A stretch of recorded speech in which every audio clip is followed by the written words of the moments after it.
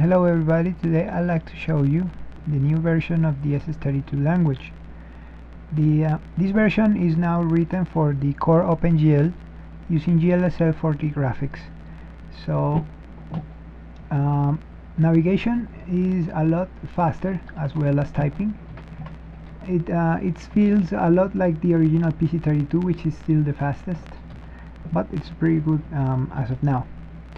Now, the main improvement in this version is the inclusion of the grid. So if I press Control and the End key on my keyboard, this will drop me into this view, which I've called the grid.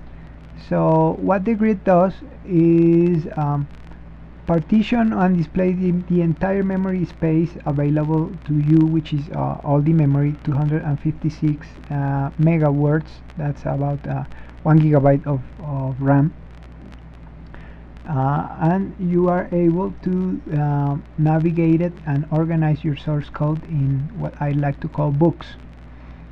Now these books have 128 cells each, but in reality it's 256, but if I press Ctrl Alt it will drop me into the shadow view for the documentation and things like that. Now in this grid view you can also copy and paste blocks, which will facilitate the new organization. The grid view also shows you the first word of your block. So currently the block displays in black because there is no word, so it reads it as empty. So if I press the begin key on my keyboard, this will drop me into that block, which I can then type something. So type let's say hello, and if I go back into the grid using Control and the End key, now you can see that it says hello, and I can copy and paste it somewhere else. So let's see if I just go here and paste it like so. So now hello is in block 224. If I press the begin key, it will drop me to that block. So now let me give you a little bit of an explanation of why the grid. So as you may know, if you've programmed ColorForth before, or PC32, the PC32 version, or the original ColorForth, the advantage of ColorForth lies in increasing the amount of information that we can process without increasing the cognitive load. This is done by using color to encode extra information that we can perceive in the same amount of code written. This in turn leads us to solving problems in a much different manner. I've read once that it was a lot like playing Tetris, and it's a very accurate description of what programming ColorForth feels like. So it could be said that our main advantage is encoding information and perceiving it in a fairly large canvas. We reduce the amount of information that we see by increasing the size of the letters, but at the same time we are packing more information in that space. Now one thing I've struggled with is this action. See? The flipping of the pages.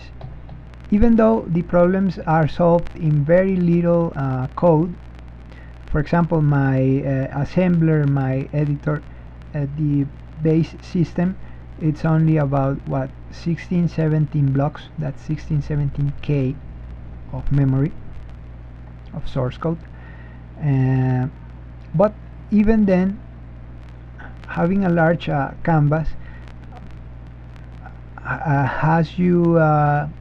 makes you used to having very little information on the screen. I have source lookup, which is incredibly useful, but it's still lacking something. Now I thought, well, if color expands our perception of the problem, then what would look like if I could see the entire area of my source code laid out in memory? And this is exactly what the grid is. And the best part is, look, it's just one block of code.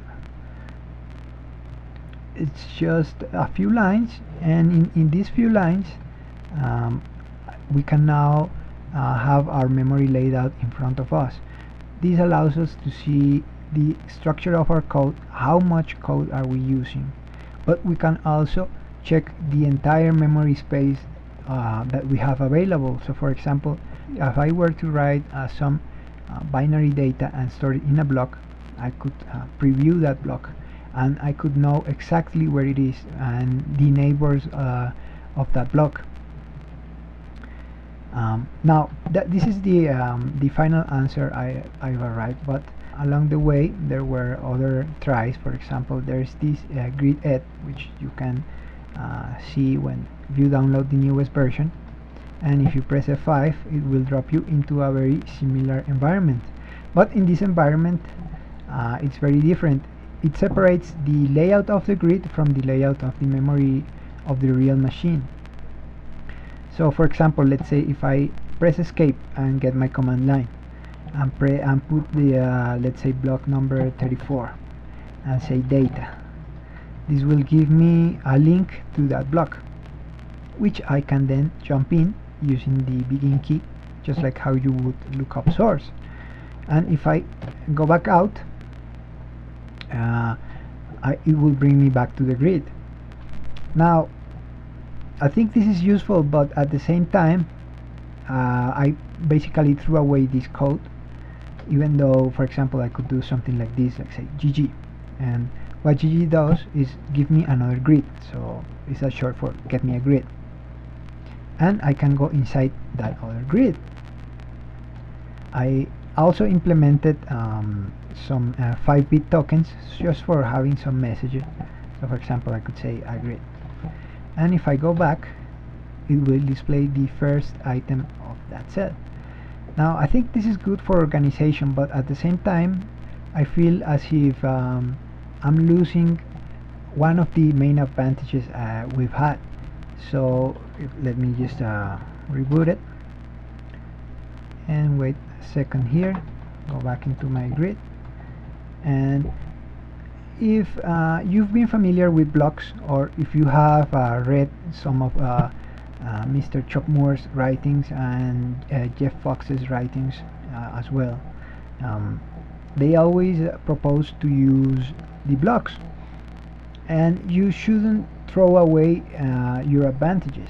So for example, what is the advantage of the block? Well, the block is a linear allocation of memory, and what we get from that is incredible simplicity. We can look up source, very simple, just subtract the size of the block. So in this case is 256 words.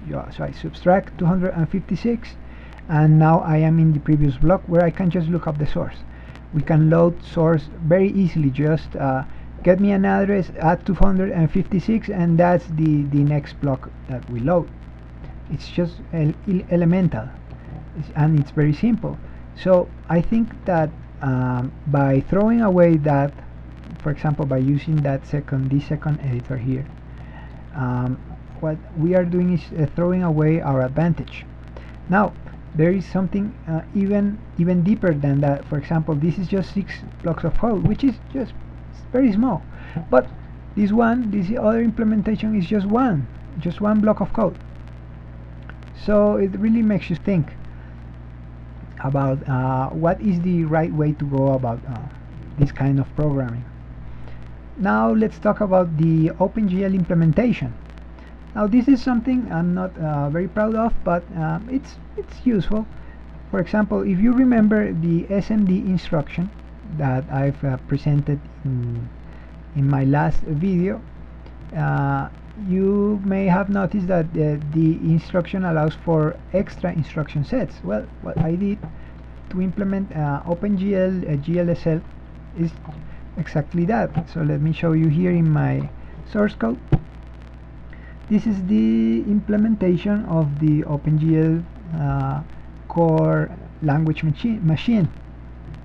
It's let's see, it's 40 instruction and a few extra, let's say like 15 extra instructions, so about 55 instructions.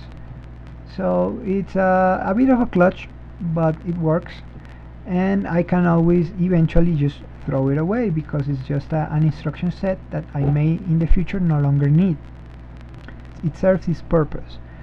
Now, one thing that you may not be satisfied is the GLSL editing. I am editing it here inside my source code, like how you would edit your normal Forth, but it's not compatible at all. It's not compatible at all. What you would normally how you would normally work in Forth, it's just very painful in here to say the least. You can do it. I've done it, of course. You can see all these blocks with dark gray header, which is just a comment, are GLSL source code, and you can see that the source compression is very poor compared to what we have here. For example, I decided to write a small 3D engine using PBR rendering techniques. So it took me 6 blocks, and this is the to do. So 7 blocks with the to do, and in 7 blocks I've got a fully, well, it's not the most ordered or clean, but it's working. If I press F5 and look for my controller, let's see. If I press F5, now I am rendering a scene, and it's fairly heavy models. For example, I've rendered the scene itself is like the geometry of the scene is about like 80k triangles, and this little girl alone is like 45,000 triangles, and it renders them just like you would normally experience when you are writing your normal OpenGL. If you have a controller and you are running the Windows version of the SS32, you can try it as well. The right analog sticks move the camera, the left analog moves the position of the camera, and the arrows, the D-pad arrows, move the light position. You can see it has a dynamic shadow, and the L1 and L2 buttons set the light intensity.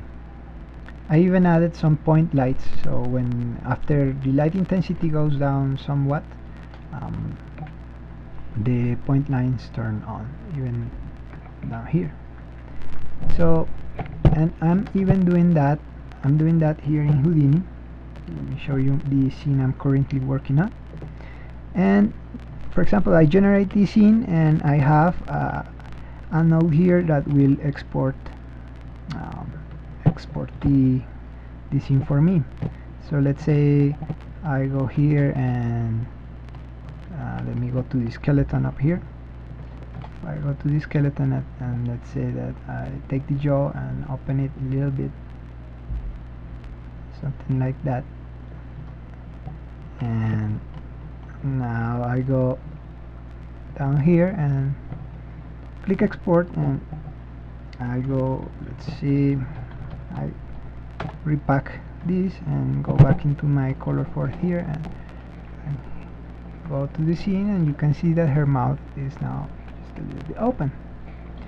So the workflow still has a lot of pain points, especially the whole thing with importing and exporting, but overall it's usable, and eventually it will get better.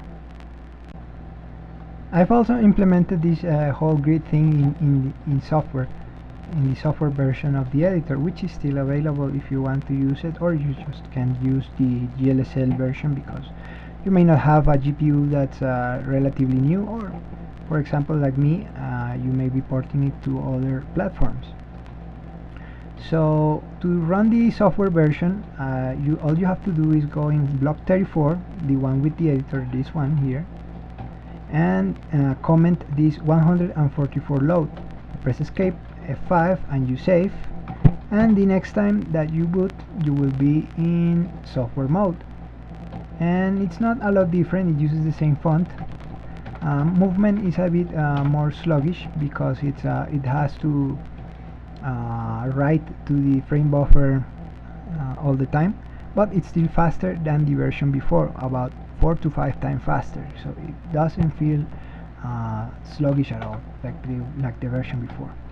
And it also has a grid, so as you can see it's just a text display mode, nothing fancy here, but it still has the grid, and it shows you the first word on the block, and down there it shows you the preview of the block. The other one, it fit perfectly in here, it doesn't fit all that much. So this is pretty much it for this month. I just wanted to put out this update. If you like the content, please consider subscribing to the Patreon, or even subscribing to the YouTube, in order to get all the future videos that I'll make. Of course, I post them first in the Patreon and then on the YouTube. As always, thanks to all the patrons, and take care. I'll see you later.